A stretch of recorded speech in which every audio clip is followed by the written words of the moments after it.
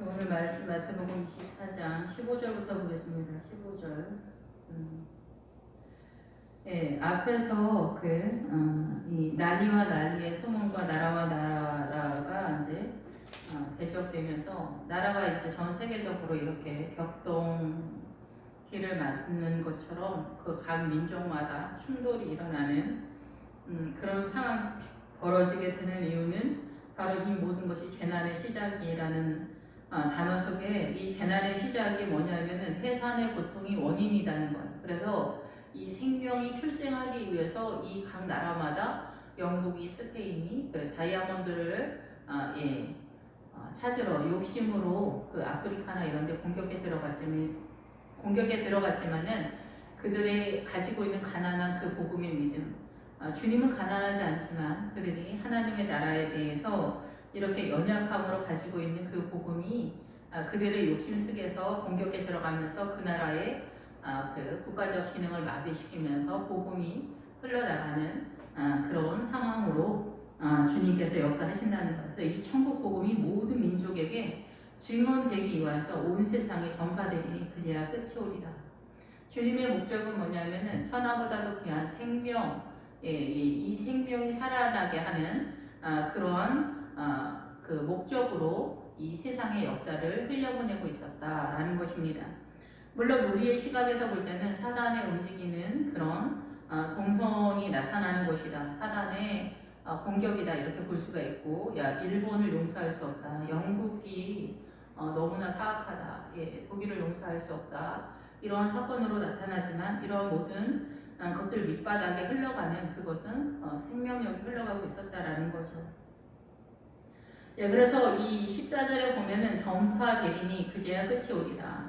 전파한다라는 것은 고지하고 알리거나 이렇게 사자가 사명을 완수하다라는 그런 뜻을 가지고 있습니다. 오늘은 15절부터 보도록 하겠습니다. 그러므로 너희가 선지자 다니엘이 말한 바 멸망에 가증한 것이 거룩한 곳에 선 것을 보거든 읽는 자는 깨달을진정. 이 복음에 대해서 이렇게 제가 설명했을 때 이해하지 못하는 분들도 더러 있겠지만은 하나님의 나라는 언제든지 인간의 나라의 충돌로서 선언이 되는 것이 아니기 때문에 그렇습니다. 이 멸망에 가증한 것은 이제 그 유린하다 이런 뜻도 있지만은 환난과 압박과 고난의 그런 상태예요. 그래서 이 상황은 이 16절에 바로 유대가 나오기 때문에 아마도 이거는 이스라엘의 환난에 대한 내용이 아닐까 이렇게 생각이 되지. 출발은 그러지만은 이 전체적인 내용은 오늘날 우리에게도 동일하게 적용되어지는 그런 말씀이다 이렇게 볼 수가 있습니다. 그래서 이스라엘의 AD 70년에 주님께서 성전의 기능을 마비시켜버리죠. 이스라엘이 율법적 성전의 기능을 마비시켜버리고 돌 위에 돌 하나도 있지 않는 그런 상황. 그래서 성전의 모든 밑바닥까지 이 성전을 다 휩쓸어버리는 그런 상태, 폭파해버리는 상황이 되고 이 구약까지 내용적인 그 성전의 내용, 율법적 내용 그 모든 것들이 사라진 것이 아니라 이것이 이제는 지키는 것으로가 아니라 우리의 심령 속에서 하나님의 나라 구약적 복음으로 세워지는 그 역할을 한다는 거예요. 그래서 그 성전이 예수 그리스도잖아요. 근데 이제 구약에서는 성전이 우리가 눈에 보이는 그 성전으로 보이는 거예요. 그래서 그 성전에는 이제 성전의 전체적인 울타리가 있고 그 뜰에 들어가면 번제단이 있잖아요. 그래서 예수님의 십자가로 이 번제단이 예수님의 십자가라고 하기 때문에 이 십자가를 통해서 예수님을 만나게 되고 예수님을 만난 사람은 날마다 그 성소 안에 들어갈 수 있는 제사장만 들어가지만 이제는 이제 나라와 제사장으로 불렀기 때문에 누구나 이 성소 안에 들어갈 수 있는 법의 허락이 통과가 된 상태죠. 십자가를 통해서. 그래서 이 십자가가 어떻게 이 구약의 모든 율법을 자유의 법으로 새로운 피조물이 되는 것처럼 전환이 되었는지, 구약이 신약으로 어떻게 전환이 되는지를 이해할 필요가 있는 거죠. 그래서 구약의 지성소가 신약의 이 성도의 신령 가운데, 영혼 가운데 들어온 상황이에요. 그래서 이 성소, 제1성소에 들어가면은 떡상이 있고 향단이 있고 이거 등잔대가 있기 때문에 이것이 말하는 것은 누구나 이 말씀 속에서 예배, 이 떡상은 예배를 말하고 말씀도 말하는 건데 여기는 이렇게 목회자가 요리를 한 그 음식의 내용이에요. 떡상과 그리고 그 앞에 기도의 생활과 성령님과 이렇게 날마다 자기의 삶 가운데 동행을 하는 사람은 최종적으로 지성소에 들어가게 돼요. 물론 십자가를 통해서 이 두 개가 하나가 되어서 이제 나타나지만 그 깊이와 그 높이와 그 넓이를 최종적으로 예루살렘의 믿음에 이르는 상황으로 나아가기 위해서는 지성소가 분리되었던 그 의미도 알아야 된다는 거죠. 지성소 안에 율법이 있었기 때문에 그 말씀을 깨달아서 하나님의 나라를 이 말씀으로 나를 세우고 모든 이 말씀이 문화 전통 속에서 나에게는 하나님의 나라의 문화 전통으로 새로운 피조물로 세워져 가는 그것을 해내는 것이 이 성전, 구약적 성전이 예수님의 십자가를 통해서 이 구약의 법이 전한 새로운 십자가를 통하여서 어떻게 나의 영혼 속에 세워져 가는가를 깨달아야 된다라는 거죠. 예, 그래서 그 성전이 유린되었지만 이제는 그 구약적 이스라엘이 이해하고 있었던 그것이 이제는 구약의 내용을 담고 있는 거는 가지고 있어야 된다는 거예요. 구약의 형상을 갖고 있지 않으면 신약의 이 성소를 나의 영혼 속에 세우지 못하기 때문에 그런 거죠. 근데 유대에 있는 자들은 이 유대가 있기 때문에 이제 성소다 이렇게 볼 수가 있어요. 그래서 성소는 AD 70년에 이스라엘 사람들은 그 안에 있는 한 사람도 남음 없이 다 디아스포라가 된 그런 상태예요. 그래서 우리는 이제 이스라엘을 다 해파해버렸다. 이스라엘이 하나님을 영접하지 않았기 때문에 그렇다 이러지만은 누가복음 21장에서는 이제 여기에서 빠진 거 이방인이 차기까지 이스라엘은 이제 이스라엘의 독자적으로 움직이지 않고 이스라엘이 여기서 억지로 쫓겨나면서 선교사들이 다 된 것 같은 그런 상황이 됐다는 거예요. 그래서 전 세계에 복음이 흘러가는 출발선상의 복음의 씨앗의 역할을 감당했다 이렇게 볼 수가 있습니다. 그런 내용이 이 16절부터 표현이 되지만 오늘날 우리가 재림을 맞는 이 상황에서도 이제 우리가 이해해야 할 부분이다 이렇게 생각이 됩니다. 유대에 있는 자들은 산으로 도망하라. 이 산은 뭐냐면 산과 지붕과 밭과 그리고 아이된 자들 각각 믿음의 그 수준에 대한 이야기를 한다라고 볼 수가 있어요. 물론 19절에는 아이된 자들이다 이렇게 했는데 잉태한 자들이다 라고도 볼 수가 있어요. 잉태한 자들, 젖을 빠른 사람들 이렇게 볼 수가 있어요. 이게 젖을 먹거나 빨거나 먹이거나 빨거나 이런 상태예요. 그러니까 주체가 상대편이거나 나거나 이러거든요. 그러니까 내가 아이 된 자일 수 있어요. 그러니까 잉태된 상태. 뭐가를 잉태했냐? 믿음을 잉태했다 이게. 믿음을 잉태하거나 내가 하나님의 나라에서 젖을 먹는 상태다 이렇게 볼 수가 있는 거예요. 그래서 하늘에 속한 서기관마다 어떻게 해요? 옛것과 새것을 창고에서 가져온다 그러잖아요. 그 옛것과 새것이 뭘까요? 옛것은 구약이고 신약, 새것은 예수 그리스도의 십자가를 통한 신약이죠. 이것을 옛것과 새것을 가져다가 어떻게 해요? 그 성도들에게 먹인다라는 그런 뜻이죠. 그런데 여기는 존재에 대한 그 사람 당사자를 말하는 것이다. 위에서부터 문맥상 그런 분위기라고 저는 그렇게 이해를 하는데 유대에 있는 자는 산으로 도망하라. 산은 뭐냐면은 예루살렘, 계시록에서 새 예루살렘 성의 그 믿음이 뭐냐면은 고린도전서 3장에도 나오지만 불이 지나가면 금과 보석으로 나와야 되잖아요. 나무와 풀로 존재하는 사람은 다 타버리지만 이 보석으로 존재한다는 건 뭐냐면 이 새 예루살렘은 예수 그리스도 십자가의 반석에서 빠져나오는 믿음. 이 고난을 통하여 내가 정금같이 나오리라. 그런 믿음이에요. 정금은 예수 그리스도를 상징하고 있는 거잖아요. 그래서 예수 그리스도의 나라에 존재로 빠져나온 존재들이 금과 보석 같은 믿음이 새 예루살렘 성의 그 벽돌이에요. 그러니까 그 벽돌이 아니라 그 벽돌의 그 보석으로 빠져나온 성도의 믿음이 그 새 예루살렘 성이에요. 그러니까 우리가 생각하는 새 예루살렘 성의 그 형상의 내용을 그렇게 띄고 있는데 그 새 예루살렘 성을 이제 계시록에서 이제 좀 더 자세하게 설명하지만 어쨌든 이 산으로 도망한다라는 것은 예루살렘을 사랑하는 자들에게 복을 주시는 예루살렘의 믿음에 이른 사람은 어마어마한 사람들이에요. 그 예루살렘의 믿음에 이르는 사람은 우리가 예루살렘을 보통 잘 이해를 못하실 텐데 이 예루살렘은 그 헤브론의 다윗이 왕이 되었을 때 헤브론의 믿음이 되었어요. 예수 그리스도와 연합되어지는 믿음의 수준이 됐다 이게요. 그리고 나서 7년 있다가 예루살렘으로 올라가게 되는데 이 그 예루살렘 근처가 베들레헴이에요. 예, 그래서 이런저런 것들을 보면 믿음의 이게 수준이 다 있는데 이 산으로 도망하다. 산에 이른 예루살렘에 이른 믿음이 돼야 이 도망갈 수 있다 이런 표현이거든요. 이 도망은 피신처로 들어간다는 얘기예요.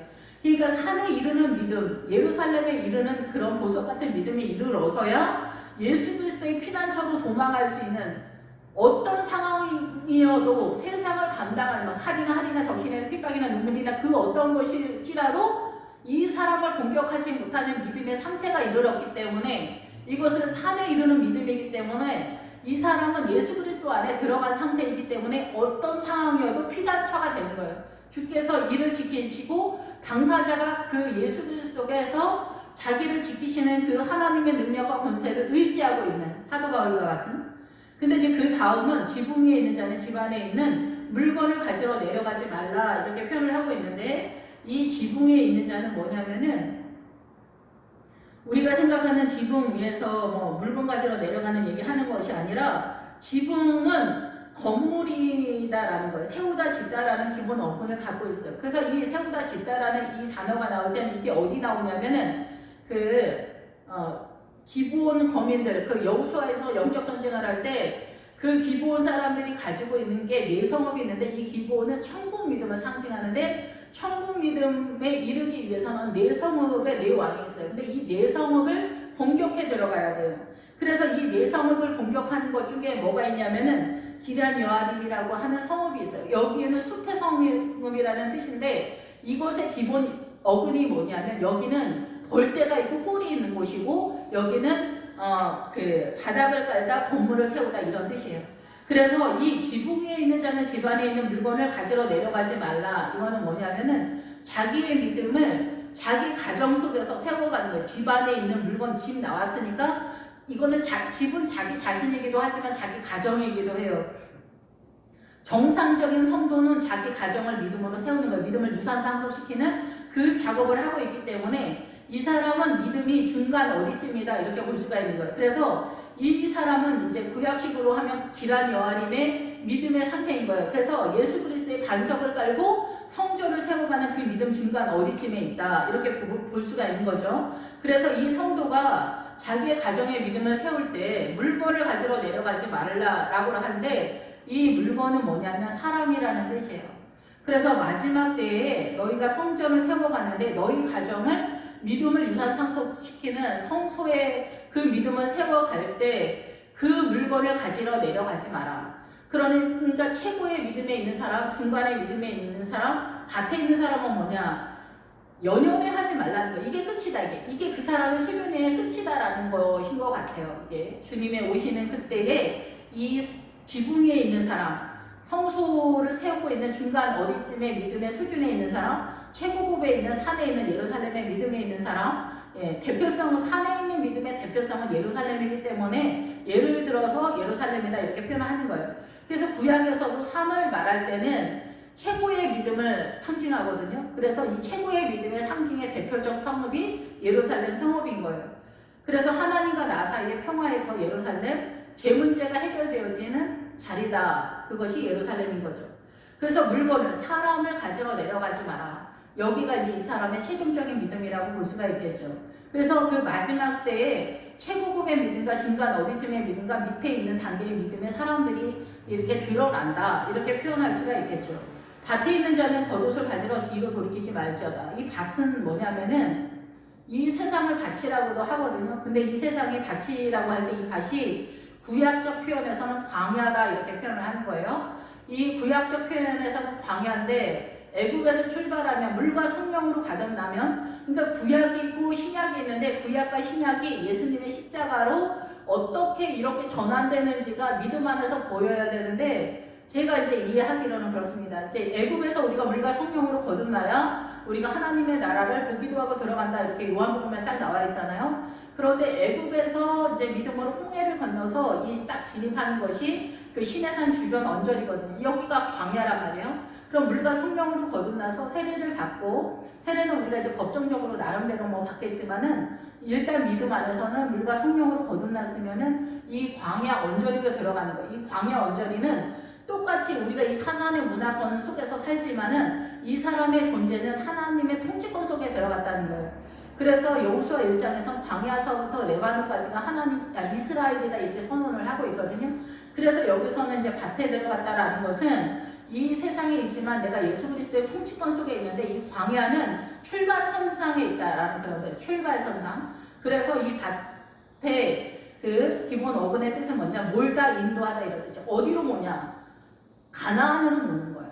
가나안으로 모는 그런 상황이라는 거예요. 그래서 가나안으로 몰려가야 되는데 여기에서 예수 그리스도로 옷을 입어야 되겠죠. 옷이 나오면 사단의 옷이거나 예수 그리스도의 옷이에요. 존재를 어떻게 하고 있냐는 거예요. 이 사람이. 그런데 옷을 가지러 뒤로 돌이키지 마라. 이 사람의 그 믿음의 상황을 이렇게 표현을 하고 있는 거예요. 그러니까 이 사람이 상중하로 할 때 하단계다 이렇게 볼 수가 있는 거예요. 구원의 어떤 커트라인에 있어서. 그런데 이 뒤에 보면은 두 사람이 그 밭에 있다가 두 사람이 맷돌질 하다가 이 두 사람은 두 사람 중에 한 사람은 가고 한 사람은 내려간다는 얘기가 아니라 이 상황은 위험지역이라는 거예요. 구원을 받을 수도 있고 받지 못할 수도 있는 위험지역. 근데 이 밭에 있다는 거, 이 뒤에서 밭이 나오니까 그때 이제 다시 설명을 하겠지만은 이 사람은 상중하에서 하에 속하기 때문에 이 사람은 위험지역에 있는 거예요. 그러니까 우리가 이제 뭐 수능을 봐가지고 대학 입시를 하는데 커트라인에 걸리는 수준이다. 운이 좋으면 커트라인에서 이제 떨어지지 않고 서울대에 붙거나 뭐 내가 원하는 대학에 붙을 수가 있어요. 그런데 이제 그 커트라인에서 떨어지면 이제 떨어지는 그런 상황인 거죠. 근데 이제 주님의 커트라인은 어떻게든지 천국으로 이끄시는 커트라인인데 무조건 다 넣어주는 커트라인은 분명 아니라는 것입니다. 근데 떨어지는 커트라인이 뭐냐? 그날에는 아이벤 자들과 젖먹이는 자들이고 화가 있으리로다. 임산부라고 이렇게 우리가 문자적으로 보자면 이 임산부는 아이에 대해서 정신이 나가 있기 때문에 하나님께 집중하지 못하는 그런 식으로 우리나라 언어에서는 보이는데 이 아이벤 자들은 당사자가 임신한 상태이거나 당사자가 젖먹는 상태라고 표현을 한다면 이거는 내가 하나님은 살아계시다 이렇게 잉태를 하는 거예요. 믿음이 잉태되어지는 상황 그리고 또 젖먹는 거는 출생을 해서 이렇게 젖먹는 상황인 거예요. 그래서 이 세상, 이 밭에 있는데 똑같이 밭에 있는데 이 세상에 있는데 하나님의 나라의 통치권에 대해서 굉장히 무지한 상태에 있다는 거예요. 예. 그래서 하늘과 땅만 안다든가 뭐 이런 식인 거죠. 엄청나게 알고 있는 게 없는 거예요. 하나님의 나라에 대해서. 그러니까 우리가 미국에 이민 갔는데 미국에 이민 갔으면 미국의 그 법이나 뭐 이런 문화나 이런 것들에 대해서 정보를 알아야 되는데 누가 나한테 정보를 알려줄 사람도 없을 뿐더러 내가 뭘 모르고 있는지도 모르는 거죠. 그래서 탈북자들이 이제 남한에 왔을 때 그 무선 그 청소기나 아니면은 그 불났을 때 센서 있잖아요. 화재 경보 센서 이런 거 보면은 북한에서 그 사고를 갖고 있기 때문에 남한에 왔더니 우리를 진공청소기가 이제 몰래 카메라라는 얘기는 많이 들어가지고 몰래 카메라가 나를 감시하나? 저 화재 경보기가 나를 계속 감시하고 있다. 이렇게 하는 사람들이 굉장히 많더라고요. 그러니까 모든 범사에 다 그런 건 아니지만은 그 교통카드를 어떻게 활용해야 되는지 설명을 해줄 때는 이제 그런 것보다 이제 직접 내가 나갔을 때 그런 것들을 잘 이제 실수하는 그런 상황들 속에서 내가 가지고 있는 사고 속에서 돌아가는 거예요. 그러니까 이 사단의 문화권 속에서 사단의 문화로 내가 돌아가고 생각하고 판단하고 정지하고 이러는 거예요. 하나님의 나라에 대해서 모르니까. 그런 상태가 이 아이벤 상태다. 내가 아이벤 상태다. 나 잉태한 상태다. 젖먹는 상태다. 이렇게 보는 것이 윗 문장과 연결해서는 그런 상태가 아닌가 그렇게 생각이 됩니다. 16절서부터 문장의 흐름으로 볼 때 제가 이해할 때는 그렇습니다. 그래서 최고급의 산에 있는 상태, 하나님의 나라 성전을 세워가는 중간 상태, 이 사단의 문화권에서 하나님의 통치를 받는 상중하로 볼 때 하의 단계인데 그 하의 단계의 그 밑단계 완전히 이제 출발하는 초급, 언어 배울 때 우리가 초급부터 시작하잖아요. 그 초급의 단계가 아이된 상태, 잉태된 상태, 젖먹는 상태 그런 상태가 이렇게 보는 거예요. 이런 사람들은 이제 그 환란이 들여닥쳤을 때 기독교를 믿는 것이 옳으냐, 뭐가 옳으냐, 뭐 이런 거 있잖아요. 그 모든 그 신학, 기독교 내에서의 그 다툼과 논쟁이 벌어질 때 여기에서 분별을 못한다, 판단을 제대로 못한다는 거예요. 그런데 너희가 도망하는 일이 겨울에는 안식일에 되지 않기도 하라. 근데 이 상태는 모든 국가가 2000년 동안 나타나는 상태예요. 유대뿐만이 아니라. 이스라엘이 망하는 상태도 그렇고 우리나라가 이제 뭐 공격당하는 상태일 때 일본에게 중국에게 많이 계속 그렇죠. 그러나 그때 중국한테 공격당할 땐 우리에게 믿음이 없었던 때예요. 그러니까 뭐 죽든지 살든지 다 끝나는 상황이지만 일본이 쳐들어올 때 임진왜란 때 이미 그 이스라엘은 복음이 들어왔다라는 거예요. 일본인은. 영국도 복음이 들어왔을 때 강대국이 되는 거잖아요. 그리고 미국도 복음이 들어왔을 때 강대국이 되는 거잖아요. 그런데 그러면은 어떻게 약한 나라를 쳐들어가냐 이렇게 생각하지만 그 약한 나라에는 복음이 없는 거예요. 복음이. 그래서 주님은 앞에서도 계속 말씀을 드리지만은 복음이 없기 때문에 복음 때문에 주님이 우리의 그 욕심의 그 전쟁을 용납한다 이렇게 볼 수가 있다라는 거죠. 예, 그런데 이런 우리 인간적인 상황에서 볼 때는 이 환란의 때에 복음 때문에 이제 결국은 환란이 발발하는 상황이라는 거예요. 예, 그래서 지금도 마찬가지로 이스라엘 미국 내에서 이스라엘 사람들이 예수님을 믿는 사람이 발생하면은 아버지나 형제가 이스라엘도 마찬가지로 그 형제를 죽인다는 거죠. 무슬림도 마찬가지로 이렇게 그 생명의 예수 그리스도에 대한 종교에 대해서는 이렇게 엄청난 사건으로 지진이 나는 것 같은 상황으로 공격해 들어오는 그런 상황이라는 거죠. 그래서 이 민족이나 아니면 개인이나 아니면 공동체나 예수의 이름으로 이렇게 난리에 소문이 나는 이렇게 다툼이 나고 논쟁이 나는 이런 엄청난 상황이 나타나게 된다는 거예요. 너희가 도망하는 일이 겨울이나 안식일에 되지 않도록 기도하라. 그래서 이제 그 기독교에 대해서 나름대로의 소문을 알고 있는 김일성 일가가 이 6.25 때도 주일날 쳐들어왔죠. 그래서 주일날 다 자고 있을 때 쳐들어왔는데 겨울에는 우리가 다 쉬고 있는 그런 상태잖아요. 날씨도 다 그렇게 되어 있는 거고 안식일도 우리가 릴렉스 된 상태, 다 이렇게 풀어진 상태이기 때문에 추스려서 일어나서 긴장되어 있지 않는 그런 상태에 환란이 이제 들어닥치지 않도록 기도를 하라는 거예요. 이럴 때 환란이 들어닥치면은 우리가 더 고단한 거죠. 더 힘들고 어려운 거죠. 이는 그때 큰 환란이 있겠습니다. 창세로부터 지금까지 이런 환란이 없었고 후에도 없으리라. 창세로부터 이런 방식으로 환란이 들이닥친 일은 없었다. 이스라엘에 있는 모든 사람을 한 명도 빼놓지 않고 이스라엘에서 완전히 몰아내버리는 이런 방식의 환란은 없었다라는 거예요. 유대에 있는 자들에게. 그래서 이런 환란들이 이제 그 다음에 다른 민족들에게는 어떻게 해요? 전쟁을 통해서 쳐들어가는 거예요. 그런데 이제 이스라엘도 독일에 대해서 용서할 수 없죠. 독일에 대해서 용서할 수 없는 그런 마음이 가지고 있는데 메시아닉 주들은 다른 마음을 가지고 있어야 된다 이렇게 생각이 됩니다. 결국은 독일의 그 전쟁을 통해서 이 무화과 나무가 여름에 이렇게 싹이 나고 잎이 나는 것처럼 그 2차 세계대전을 통해서 이스라엘이 독립을 하게 되면서 이 서게 되어지는 빌미가 된 거예요. 그냥 세상에 모두 그냥 흩어져서 이렇게 살다가 2차 세계대전에서 이스라엘이 그렇게 수없이 많이 죽으면서 그들이 결국은 독립을 하게 되면서 다시금 이 무화과 나무 이스라엘이 독립하면서 세계 열방에 이스라엘이 존재하고 있는 것에 대해서 나타나게 된 거죠. 이스라엘이 드디어 나타나게 된. 그래서 이 뒤에 나오는 여름이 가까이 왔다는 거예요. 여름이 가까이 왔다. 여름이 가까이 오는. 주님은 저한테 그렇게 말씀하시더라고요. 여름이 오면은 내가 온다. 여름이 오면. 그러니까 여름에 들어간 거예요, 지금 우리는. 여름에 진입한 거예요. 이스라엘이 독립을 했기 때문에 이스라엘이 독립하는 그 순간부터 예수님이 오실 것 같은 그 여름에 우리는 진입을 한 거예요. 이거는 모든 신학자들이 얘기하는 거예요. 이 무화과 나무는 이스라엘을 상징하기 때문에 이스라엘을 상징하면서 성도의 믿음을 상징하는 거예요. 이 무화과 열매가 이 안으로 예수 그리스도의 성전을 세운 사람들이 이 무화과거든요. 그래서 이런 스타일의 환란이 지금까지 없었다. 창세에서부터 이런 스타일. 그래서 이스라엘을 다 몰아내는. 그래서 전쟁을 통해서 주님이 복음이 흘러가는 그런 사건으로 나타난다.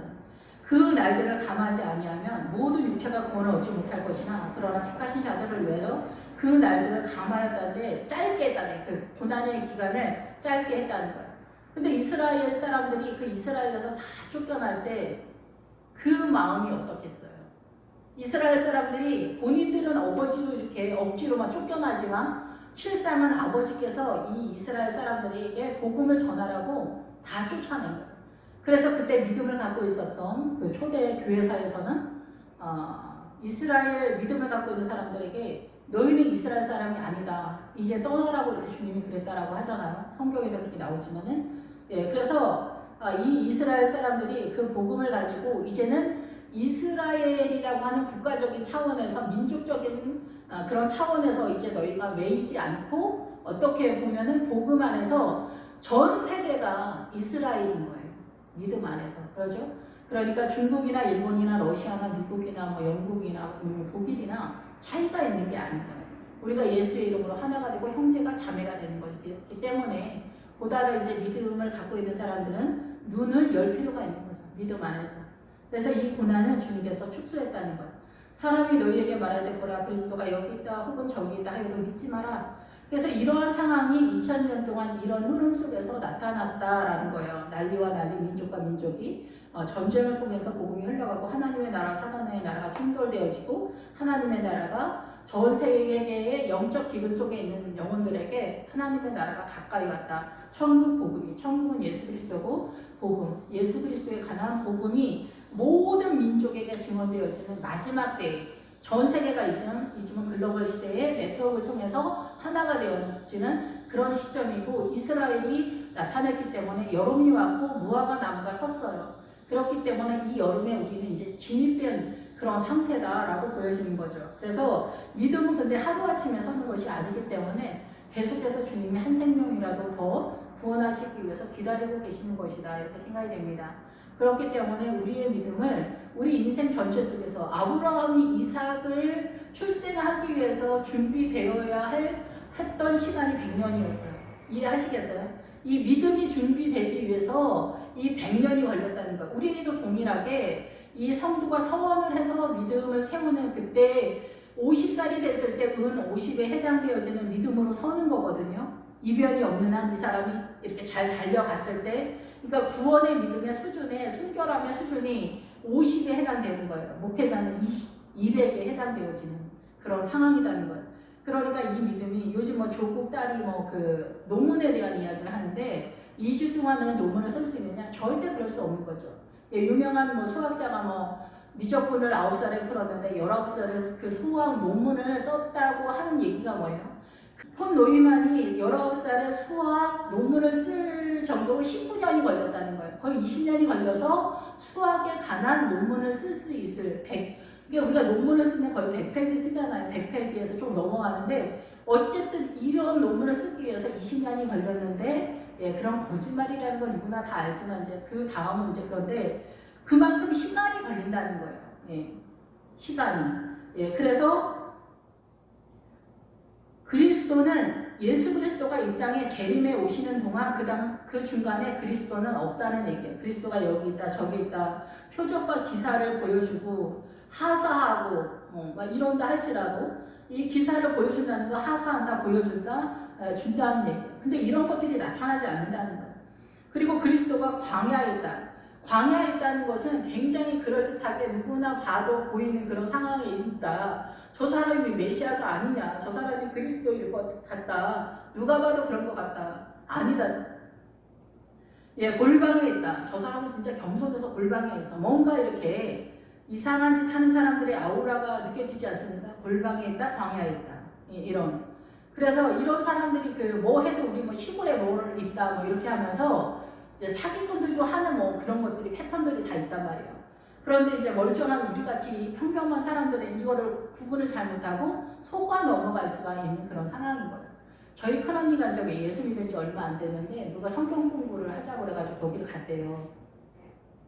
그러니까 젖먹는 상태와 같은 그런 상태인데 딱 가서 이제 공부를 하는데 뭐 거기서 배운 거를 저희 큰언니가 집에 와서 인터넷으로 막 이렇게 확인을 한 거예요. 그랬더니 신천지에서 가리키는 그런 내용이라고 뜨더라는 거예요. 그래서 저한테 이제 전화를 해서 얘기를 하더라고요. 그래서 이제 그런데 딱 느낌이 이상하더라고요. 그러니까 영의 사람이니까 벌써 느낌이 이상한 거예요. 그러니까 2-3살이 되는 그 이제 예수 믿은 지 얼마 안 돼도 이 사람들이 정상인가 아닌가를 의심하면서 가야 되는데 그런 분별이 좀 없으면 넘어가는 그런 상황이라는 거죠. 골방이 있어도 광야에 있어도 그리고 표적과 기사를 막 보여줘도 이것은 하나님의 나라가 아니다는 거예요. 이 세상에 뭐 무당들은 뭐 그렇지 않나요? 옛날에 그 이영자 아줌마가 나오는 그 프로에서 이영자가 그 무당을 찾아갔는데 저도 막 TV에서 보는데도 무섭더라고요. 그 이영자가 찾아갔는데 그 이영자를 같이 갔던 코미디언은 무서워서 진짜 36개 주량량을 칠 정도로 무서워서 그 무당이 얼마나 세지.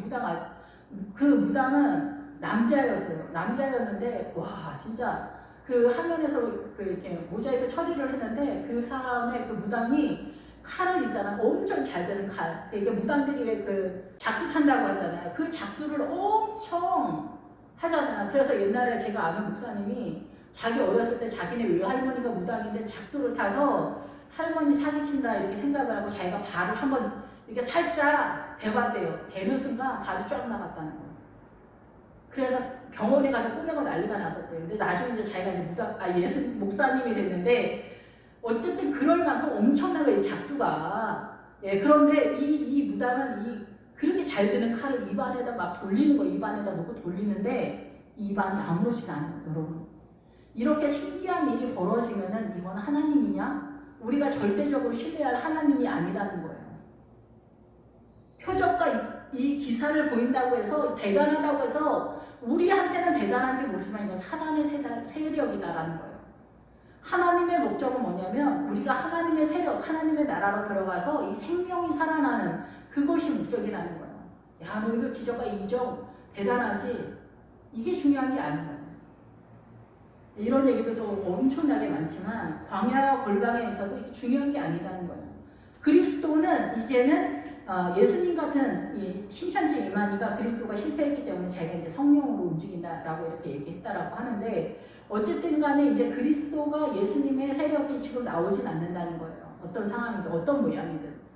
예수님은 재림에서 오실 분이에요. 이제 일을 다 끝냈기 때문에 재림에서 오시고 이 추수하는 타작마당에서 추수하는 영혼들을 타작마당에서 추수하는 상황으로 나타난다는 거죠.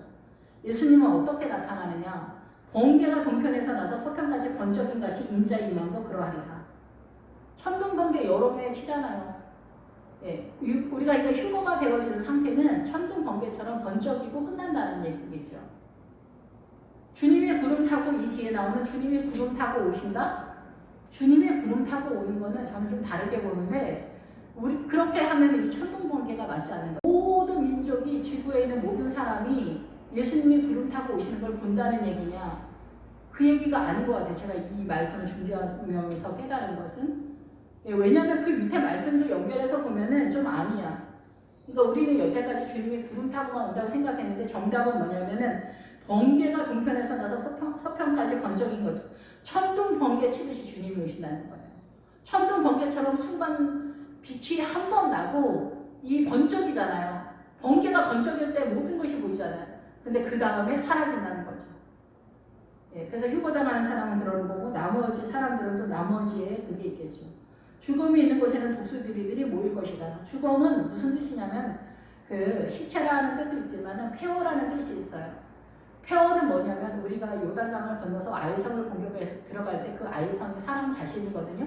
거기서는 실제적인 하나님의 세력이 이제 그 요단강을 건너기 전에는 사단한테 밀리는 상황인데 요단강을 건너간 상태에서는 하나님의 세력이 사단을 미는 상황이에요. 그래서 아이성을 공격해 들어갈 때 그 아이성이 난데 이제 내 안에서 믿음이 승리하는 그런 지역의 믿음의 수준이다라는 것입니다. 그래서 그 아이성에 들어가면 아이성의 뜻이 폐허덤이라는 그런 뜻이거든요. 그러니까 나 자신이 사단적 세력으로 있으면은 독수리가 모여든다는 거예요. 그래서 우리가 그 미디안의 세력을 공격해 들어갈 때 그 미디안 세력을 공격해 들어가는 그런 상황에 그 사사기에 보면은 오렙 바위에서 오렙과 스앱을 죽이는데 오렙을 바위에서 죽이고 스앱을 포도주 틀에서 죽이거든요. 그래서 늘 말씀을 드리지만은 그 바위는 말씀을 상징하는 거예요. 예수 그리스도의 말씀에 들어가면은 이 오웹에 해당되는 깔까마귀 같은 웬만한 그 작은 세력이 사단의 세력에 물러난다는 거예요. 까마귀 나타나면 우리가 밀리지 않잖아요. 소리 막 몇 번 지르면 까마귀가 도망가잖아요. 일단 내 주변에 까마귀가 나를 공격할 수 없잖아요. 까마귀 정도는. 그런데 여기 스웹은 포도주 틀에서 죽이는데 이 스웹이 무슨 뜻이냐면 여우라는 뜻이거든요. 근데 여우나 늑대나 뭐 이렇게 코요테나 이런 세력들은 이렇게 만만한 세력이 아니에요. 내가 잠깐 딴짓하면은 나를 공격할 수 있는 세력이잖아요. 근데 내가 뭘 가지고 있어야지. 막대기든 뭐든 이렇게 하잖아요. 늑대나 이런 세력이기 때문에 여기는 그 포도주 틀은 고난을 상징하기 때문에 고난을 통해서 이 사단의 강력한 세력이 떠나간다라는 거예요. 그러니까 어둠을 내가 깨달았다라는 거죠. 예, 늑대를 우리가 이렇게 몰아내는 것이 약간 어렵잖아요. 그죠? 여기서 이제 조금 더 어려운 게 사자의 세력, 표범의 세력이 나타나게 되는데 죽음이 있는 곳에는 독수리들이 모인다. 그러니까 독수리가 여기 분위기상에서 독수리는 썩은 고기를 먹기 때문에 사단의 세력이라고 볼 수가 있는 거죠. 그런데 독수리를 어린아이들은 공격을 당할 수 있지만 어른들은 이제 우리가 독수리가 나를 물으러 오면 내가 피할 수 있잖아. 뻔히 보니까. 예, 그런데 독수리가 이렇게 만만하진 않죠. 근데 죽음이 있는 곳에 내가 시체와 같은, 내가 폐허더미와 같은 존재이기 때문에 사단의 세력으로 있을 때는 이 독수리가 나한테 몰린다는 거예요. 그러니까 예수 믿지 않는 나라, 예수 믿지 않는 사람에게는 이 사단이 공격할 때 속수무책으로 당하는 그런 상태다라는 거죠. 예, 스웹에서도 마찬가지죠. 이게 까마귀다라는 뜻인데 그 까마귀는 절대 공격하지 못하는 상태인 거예요. 예수 믿지 않는 사람들은. 또 국가는 국가 전체 속에서 그렇고. 그래서 예수 믿지 않는 나라 사람들을 보면은 피부가 뭐 검든 희든 상관없이 그 힌두교 쪽 사람들 보면은 그 어둠이 그 얼굴에 굉장히 많지 않나 이런 생각을 한번 해봅니다. 그래서 29절에 보면은 그날 환난 후에 이런 고난과 누름과 억압이 계속 있는 거예요. 우리나라 이제 대원군 시절에 예수 믿는 사람들이 얼마나 많은 환난과 고난과 누름, 억압을 당했겠어요. 그리고 최종적으로는 살인을 당하는 것 같은 환난과 억압을 당하는 그런 상태이잖아요. 그런데 일본이 쳐들어오면서 대원군의 그 국가적 기능이 마비가 되면서 어떻게 돼요? 예, 이 환난이 이제 조금 누그러지는 그런 상태인데 이제 즉시 해가 어두워지며 이게 이제 역사적으로 이런 방향으로 간다는 얘기죠. 해가 어두워진다.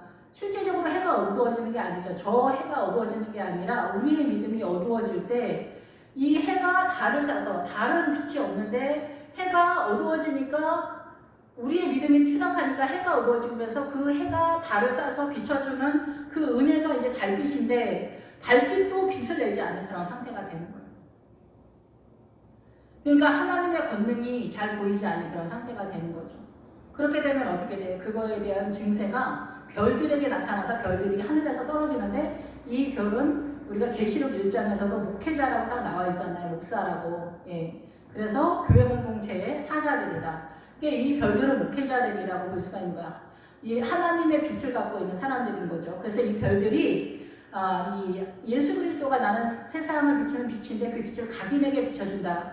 그래서 그 목회자들이나 성도들이나 예수 그리스도의 빛을 갖고 있는 이 별들이 하늘의 권능들이 떨어지는 거예요. 그러니까 이 우리의 믿음이 추락하게 되니까 해와 달, 하늘에 속한 그 세력이 약하게 보이는 거죠. 예, 그러면서 별들이 하늘에서 떨어지며, 예, 별들이 하늘에서 떨어져 목회자들의 믿음이 추락한다는 얘기죠. 그래서 목회자들의 믿음이 추락해서 거짓 선지자 같은 상태가 되면서 이 생명을 흘려보내지 못하는 거고, 그러니까 목회자가 헷갈리니까 성도들은 말할 것도 없이 길을 헤매는 그런 상태가 되는 거예요. 마지막 때쯤 가다 보면은. 그래서 하늘의 권능이 흔들리는 거예요. 하나님의 권능이 흔들릴 수가 없잖아요. 근데 추락되어가는 이 목회자들, 별들이 하늘에서 추락하는 믿음의 그런 상태가 나타나게 되면서 권능이 흔들리기 시작하는 거예요. 그래서 오래전서부터 이 유럽에는 믿음이 추락하기 시작한 거예요. 별들이 떨어지는 거예요. 오늘날 이제 대한민국의 별들, 대한민국의 목회자까지 우리나라에서는 이제 역사적으로 추락하고 있는 시점인데 유럽은 진작에 별들이 떨어졌어요. 그래서 이 떨어져가는 이 유럽의 별들 속에서 청교도 그 신앙을 위해서 미국으로까지 건너간 거예요. 그 세력이 밀려서 우리는 그래도 하나님을 절대 고집하는 그 믿음으로 나아간 사람들이 미국 사람들이다. 그래서 미국은 뭐 어떻게 되었든 간에 이 법이나 이런 것들도 다 기독교적이죠. 그래서 저희 교수님 그런 얘기 하시거든요. 대한민국 사람들의 그 도덕성이 미국의 도덕성과 30년 내지 50년 정도 떨어진다라고 이렇게 말씀하거든요. 근데 이제 북한 사람들이 탈북을 해서 한국 사람들 얘기할 때 한국 사람들의 말하는 걸 못 알아듣겠다고 하거든요. 그러면서 한국 사람들도 우리 말을 못 알아들을 거야 이렇게 얘기하는데 그렇진 않고 한국 사람들은 북한 사람들 다 이해합니다. 왜냐하면 한국 사람들은 이 북한의 그런 상황들을 다 거쳐서 이만큼 올라왔기 때문에 한국 사람들은 북한 사람들이 말하는 거 다 이해해요. 이해 못하는 게 아니에요. 그 고난의 강도나 이런 것들을 정도의 차이에서만 못 알아먹지 이 사람들이 말하는 모든 것을 다 알아들어요.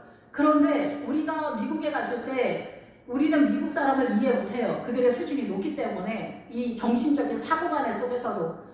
그래서 우리는 그들을 이해 못하는데 그들은 우리를 다 이해해요. 왜냐하면 그 사람들도 그 옛날에 우리처럼 살았던 때가 있기 때문에 그렇다는 거죠. 수준의 차이에 있어서.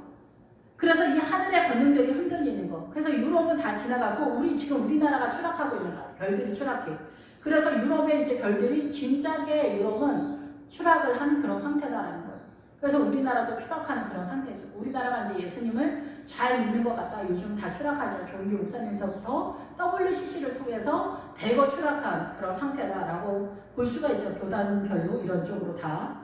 예, 그래서 하늘의 권능이 흔들리는 그런 상황인 거예요. 전 세계에 그러니까 이 이스라엘의 믿음이 나름 얼마나 그 고집적이고 독했는가를 알 수가 있어요.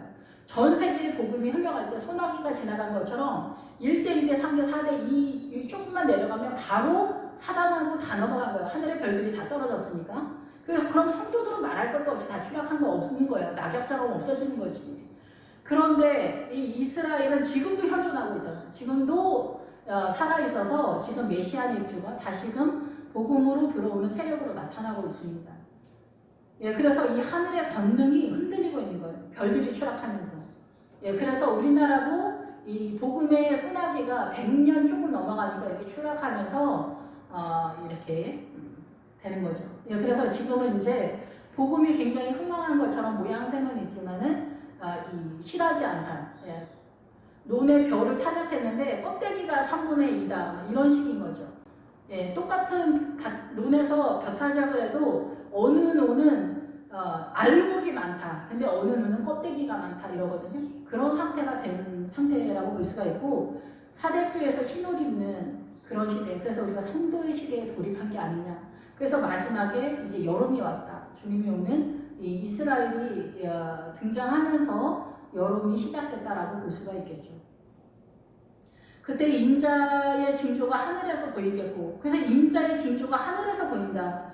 그래서 하늘에서 인자의 징조가 표시를 보는데 하늘의 세력이라는 거예요. 하늘의 징조가 보인다. 하늘의 세력이 등장하기 시작하는 거예요. 그래서 이제 1900년도가 되면서부터 많은 사람들이 휴거에 대한 이야기를 많이 하고 전 세계에 뭐 흑인이든 백인이든 뭐 아시안이든 모든 사람들이 휴거에 대한 꿈을 꾸고 휴거에 대한 간증이 이 유튜버들 사회 속에서 엄청나게 일어나는 거예요. 이 마지막 때에 그래서 휴거를 당하기를 원하고 그리스도의 신부의 믿음에 이르기를 원하는 사람들은 다 일어나기 시작하는 거예요. 그래서 여기 앞에서도 보면은 6절에 보면은 24장 6절에 보면 난리와 난리 소문을 듣겠으나 너희는 삼가 두려워하지 말라. 이런 일이 있어야 하되 아직 끝은 아니다. 이렇게 선언을 하고 있는데 이스라엘이 등장해서 지금은 이제 끝에 와 있지 않냐 이렇게 얘기하는 거. 그리고 전 세계가 이 네트워크 속에서 이렇게 하나가 된 한 국가처럼 움직이고 있는 그런 실정이기 때문에 그렇습니다. 그런데 여기에서 난리와 난리 소문을 듣겠으나 할 때 듣겠으나가 들으려고 한다라는 거예요. 들으려고 귀를 기울인다라는 그런 뜻이에요. 그래서 이 예수 그리스도 안에 있는 사람은 이 난리와 난리는 전쟁이라고 볼 수도 있지만 여기는 이 신앙관 때문에 나타나는 교리적 다툼이나 이런 상황들에 대한 난리예요. 그런 소문이 막 하고 그래서 이제 미국 같은 데도 프리스턴이나 하버드나 이런 데가 다 기독교 미션 스쿨이었었잖아요. 근데 그런 것들이 다 보수와 개혁하는 사람들 속에서 이 프리스턴, 하버드 이런 데서 다 나가서 이제 웨스트민스터 이런 데가 다 새로 신학교처럼 이렇게 빠진 거예요. 그 믿음에 있어서. 근데 여기에서 그런 이야기를 들으면서 이 복음을 들으려고 했다는 거예요. 성도들이 복음을 들으려고 했다. 이 복음이 어떻게 돌아가는지 들으려고 했다는 거예요. 지금도 마찬가지죠. 지금도 이 마지막 세에 전 세계에 이 유튜브나 이런 매스컴을 통해서 다 복음이 전해지고 있는 이 상황에서 저도 한 10년 전에 인터넷에서 그 예수님이 오신다 휴거에 대한 그런 이렇게 인터넷에 떠 있는 걸 우연히 보면서 저는 딱 그런 생각이 들더라고요. 아, 나 아직 준비 안 됐는데가 딱 느껴지더라고요. 예. 그래서 뭐 지금도 그렇게 준비가 된 것 같지는 않지만 어쨌든 우리가 이 휴거의 믿음을 준비하기 위해서는 자기가 그거에 대한 애달함이 있어야 돼요. 그리고 예수 그리스도의 어린 양의 성전의 믿음을 세워가야 되는 그런 시점인 거예요. 그래서 하늘의 권능들이 흔들린 거예요. 별들이 추락하는 거예요. 목회자들이 추락하는 그런 시대에 우리가 이미 와 있잖아요. 그죠? 별들이 추락하는. 그래서 하늘의 권능이 이 목회자들, 별들 속에서 흘러가고 있으니까 이 별들이 추락했으니까 하늘의 권능이 흔들릴 수밖에 없는 거예요. 지진난 것 같은 그런 상황이라는 거예요. 그때 인자의 징조가 하늘에서 보이는. 그래서 이 하늘의 징조가 이제 성도들에게 나타나면서 그때 땅의 모든 족속들이 통곡하면 가슴을 치면서 휴거가 끝났기 때문에 애달파하는 그런 상황이 아니라 제가 이 말씀을 이해하기는 이 통곡하는 거는 가슴을 치다라는 거거든요. 그런데 여기 인자가 구름을 타고 능력과 큰 권능으로 오는 것을 보는데 이 다음에 큰 나팔 소리와 함께 천사들이 보내리니 그들이 사방에서 모은다는 거예요. 그러면 이 구름을 타고 온다는 얘기가 좀 우리가 일반적으로 알고 있었던 그 구름을 타고 하고는 약간의 다른 의미일 수도 있겠다라고 생각이 들어요. 근데 이 말씀을 제가 할 때 제 생각을 얘기하는 게 아니에요. 언어적으로 기본 어근에 이 단어의 출처인 기본 어근에 들어가면 그런 뜻이 있다라는 얘기예요. 예, 그래서 하늘의 영광. 그래서 이제 유튜버들이 그 휴거가 온다는 그 소문을 전 세계 모든 사람들이 지금 이야기하고 있는 그런 시점이라는 거예요.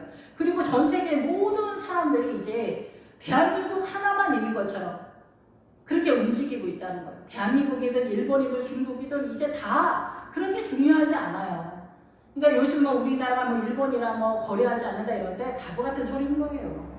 그러니까 이게 슈퍼하고 똑같은 거. 우리나라가 이제 슈퍼를 한다고 치면은 동네 사람들이 우리 슈퍼에 다 와야 되잖아요. 그래서 장사가 되지. 꼴보기 싫은 사람 안 오고 저 사람 마음에 안 들어서 안 들고 옛날에 기분 나빴으니까 우리 슈퍼에 오지 말고 이러면 안 돼요. 지금은 그런 시대가 아닌 거예요.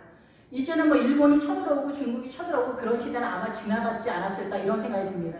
왜냐하면 전 세계가 하나니까. 이제는 그것을 목적하는 시대가 지나갔기 때문이라고 저는 그렇게 생각이 됩니다. 예, 그런데 이 땅의 모든 족속들이 통곡을 한다는 건 가슴을 친다라는 뜻이거든요. 회개한다는 거예요, 회개. 그래서 복음이 이제 영국이나 독일이나 뭐 이런 전 세계의 이 글로벌 시대에 이 컴퓨터가 이제 사단의 세력이기도 하지만 하나님은 바보가 아니잖아요. 그래서 주님도 이 컴퓨터 네트워크를 이용하는 거예요. 그래서 주님은 복음을 흘려보내는 것을 이용하고 사단은 세상으로 이렇게 점령하는 거예요. 세상의 세력으로 우리의 영혼을 미혹시키고 점령하고 우리의 영혼을 세상에 대해서 화이팅하도록 끌어당기는 그런 세력으로 움직이는 거죠. 이 전쟁에서 우리는 주님의 세력으로 빠져야 되는 거예요. 생명의 세력으로. 그래서 우리가 가슴을 친다는 거. 내가 죄인이었구나. 내가 주님을 몰랐구나. 우리의 무슬림 그 마호메트가 참으로 진리인 줄 알았는데 그렇지 않았구나. 힌두교가 아니었구나. 불교가 아니었구나. 이게 사단의 종교였구나. 옛날에 성철 스님이라고 유명하신 분이 있었는데 그분이 정말 부처님은 사탄이다. 사탄은 정말 자비로우시고 은혜로우시고 좋으신 분인데 사람들이 오해하고 있었다. 이렇게 동아일보 뭐 이렇게 4월 초파일 날 기고를 한 칼럼을 쓴 그런 것들도 다 있었어요. 그러니까 최고의 그 스님이나 이런 사람들은 자기가 믿고 있는 그 불교를 대상으로 한 그 신이 사탄이라는 것을 아는 거예요. 수준이 엄청 높은 거죠. 그래서 인도 영화 같은 경우도 보면은 부처나 이렇게 나오면 12마리 막 그 뱀들이 막 이렇게 이 머리에 있어요. 막 이 부처 머리에 뱀들이 12마리 뱀 뭐 이런 것들이 막 머리에 이렇게 왔다 갔다 하고 막 이러거든요. 그래서 깜짝 놀랐어요. 인도도 알고 있구나. 이 뱀의 세력이라는 것을 알고 있더라고요. 예, 그래서 이 통곡한다는 것은 모든 민족이 복음을 받아들였을 때 회개하는 상황이라고 저는 그렇게 생각이 됩니다. 그들이 인자가 구름을 타고 능력과 큰 영광으로 오는 것을 보리라. 구름의 뜻이 뭐가 있냐면 기본 어근에 그 군중이다라는 뜻이 있어요. 많은 사람들이다. 그래서 이 마지막 시대에 많은 사람들이 예수를 믿는다는 거예요. 전 세계가 하나가 되어서 예수 믿을 사람은 다 믿는 거예요. 이제 복음을 주님이 다 기고를 한다는 거야. 다 알려준다는 거야. 전 세계에 있는 사람한테 이 전쟁이니 뭐니 하는 걸로 일본이 한국을 쳐들어오고 조선시대에 쳐들어오고 막 이런 방법 저런 방법을 다 써서 독일이라는 나라를 통해서 이스라엘이 독립을 하고 여름이 오면서 무화과 나무가 등장하는 이런 모든 것들이 전 세계 다 휩쓸었다 이래 주님이. 온갖 방법을 다 써서 다 썼다. 그래서 이제는 모든 족속이 복음을 봐서 회개할 사람은 다 회개한다는 거예요. 가슴을 치면서 회개하는 거예요. 통곡. 예, 그래서 휴거가 안 돼서 통곡한 게 아니에요. 지금 이 상황에서. 예수님이 오기 때문에 끝났기 때문에가 아니라 저는 그래서 예수님이 오는데 능력과 영광으로 이 세계 모든 민족에게 내가 정말 참으로 진리다. 내가 구세주다. 내가 너희를 살리기 위해서 십자가를 졌다. 이것이 전 세계 모든 민족에게 복음을 뿌려버리는 상황이 돼서 능력과 큰 영광으로 주님이 저 청년 때 내가 너를 영화롭게 하리라 그렇게 말씀하신 적이 있거든요. 그 하나님의 나라의 그 영화로움을 알게 한다는 거잖아요. 이런 것들이 전 세계의 모든 예수님을 믿는 크리스찬들에게 하나님의 그 능력과 예수 그리스도의 능력과 영광이 모든 민족에게 나타나는데 여기에서 구름을 타고 하게 할 때 여기 하늘로부터 연합되어진 단어가 또 하나 있거든요. 근데 거기에서 보면은 이제 그 연합이라는 단어가 또 나와요. 그래서 이 하늘로 연합되어진 그래서 헤브론은 그 연합이라는 뜻이잖아요. 하나가 되는 그리스도의 신부. 그래서 이혼하고 결혼한다라는 뜻이거든요. 헤브론이. 그래서 예수 그리스도와 연합한다는 거예요. 사단과 이혼하고 여기 예수님과 연합하는 그리스도의 신부의 믿음에 이르렀다 이 얘기를 하는 거예요. 그래서 구약과 신약이 사실은 같은 흐름 속에서 흘러가고 있는 거죠. 예, 그래서 그가 큰 나팔 소리와 함께 천사들을 보내리니 그들이 그의 택하신 자들을 하늘 이 끝에서 저 끝까지 사방에서 모으리라. 왜 구름을 타고가 그런가 이렇게 생각하는지. 근데 구름을 타고 그냥 오실 수도 있어요. 이게 꼭 제가 이제 설명드리는 것은 이런 각도도 있다라고 보실 필요가 있다는 거예요. 지금은 그래서 회개할 때고 예수 그리스도의 능력과 영광으로 무장되어지는 성소의 믿음을 세우는 때다라는 얘기로 제가 말씀을 드리는 거예요. 근데 이거와 연결해서 이 밑에는 뭐냐면은 큰 나팔 소리는 뭐겠어요? 나팔 소리는 경고음이잖아요. 그러니까 복음. 큰 나팔 소리가 전 세계 예수 그리스도의 이름이 전 세계에 흘러가는 거예요. 탈북자들 중에서도 이 십자가를 보면서 그 십자가를 설명하는 거예요. 십자가. 그래서 나만의 십자가를 보면서 너무 안심이 됐다. 그렇게 얘기하시는 분들도 있더라고요. 그리고 하나님.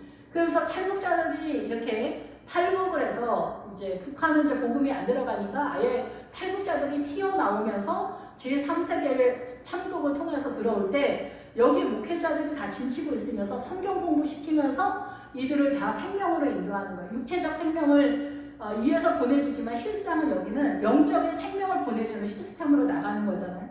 거기서 이제 성경 공부시킨다고 막 짜증내고 그러시긴 한데 우리 입장에서도 우리는 너희들을 살리려고 하는 거야 이거잖아요. 그래서 교회 공동체에서 공짜로 이렇게 하면서 보내주는데도 역시나 사람은 죄인이어서 탈북자들이 그렇게 말이 많더라고요. 역시나 사람은 죄인이더라고요. 예, 그래서 이 천사들, 나팔 소리는 저는 복음이라고 생각해요. 엄청난 복음이 전 세계로 터지는 거. 엄청난 복음이 나팔 소리처럼 전 세계 천사들은 우리가 생각하는 그 천사일 수도 있지만 이 천사는 두 가지 뜻이 있어요. 메신저라는 뜻도 있어요. 그래서 메신저는 누구겠어요? 목사겠죠. 그래서 이 목회자들이 성도들이 전 세계 네트워크를 통해서 글로벌 시대에 한꺼번에 복음이 터지는 거예요. 그동안 뿌려놨던 그 복음들이 이제 전 세계에 들을 자는 다 들으라는 거예요. 마지막 시대에. 그래서 그들이 택하신 자들을 하늘 이 끝에서 저 끝까지 사방에서 모으는 거예요.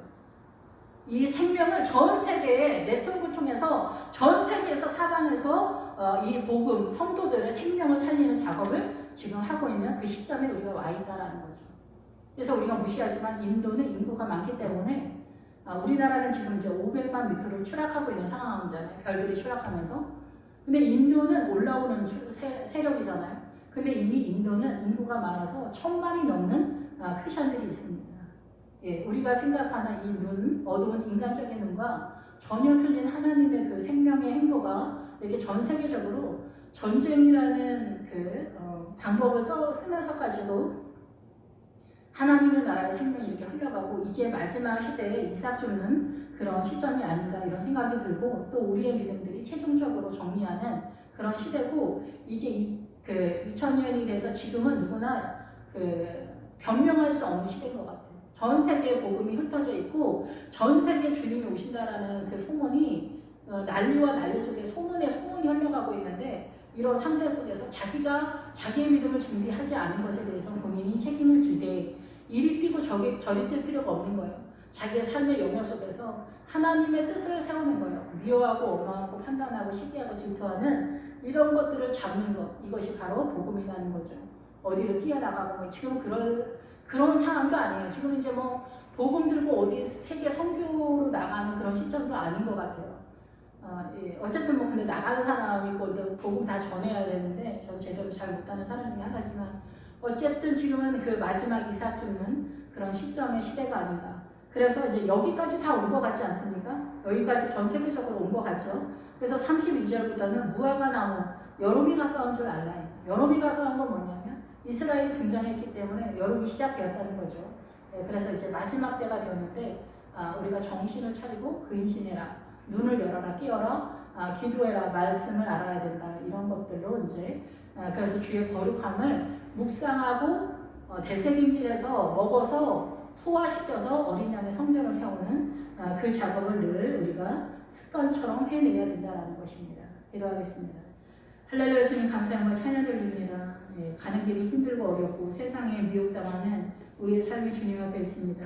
또 게으르고 나태하여서 또 기도를 쉬거나 또 말씀을 깨닫는 것을 귀찮아하거나 이렇습니다. 그러나 여름이 가까이 왔고 여름이 이미 진입되었습니다. 여름이 시작되었습니다. 주님, 두렵고 떨리는 마음이 아니라 기쁘고 감사한 마음으로 이 여름을 준비할 수 있도록 도와주시고 예수님 오시는 그날에 준비되어지는 성도가 될 수 있도록 주님 인도하여 주시옵소서. 어둠이 아니라 생명으로 어둠이 다 몰아내는 그 감격과 영화로움으로 나아가는 저희들 되게 하시고 늘 예수님으로만 호흡하는 저희들로 축복하여 주시옵소서. 예수 그리스도의 이름으로 기도했습니다. 아멘.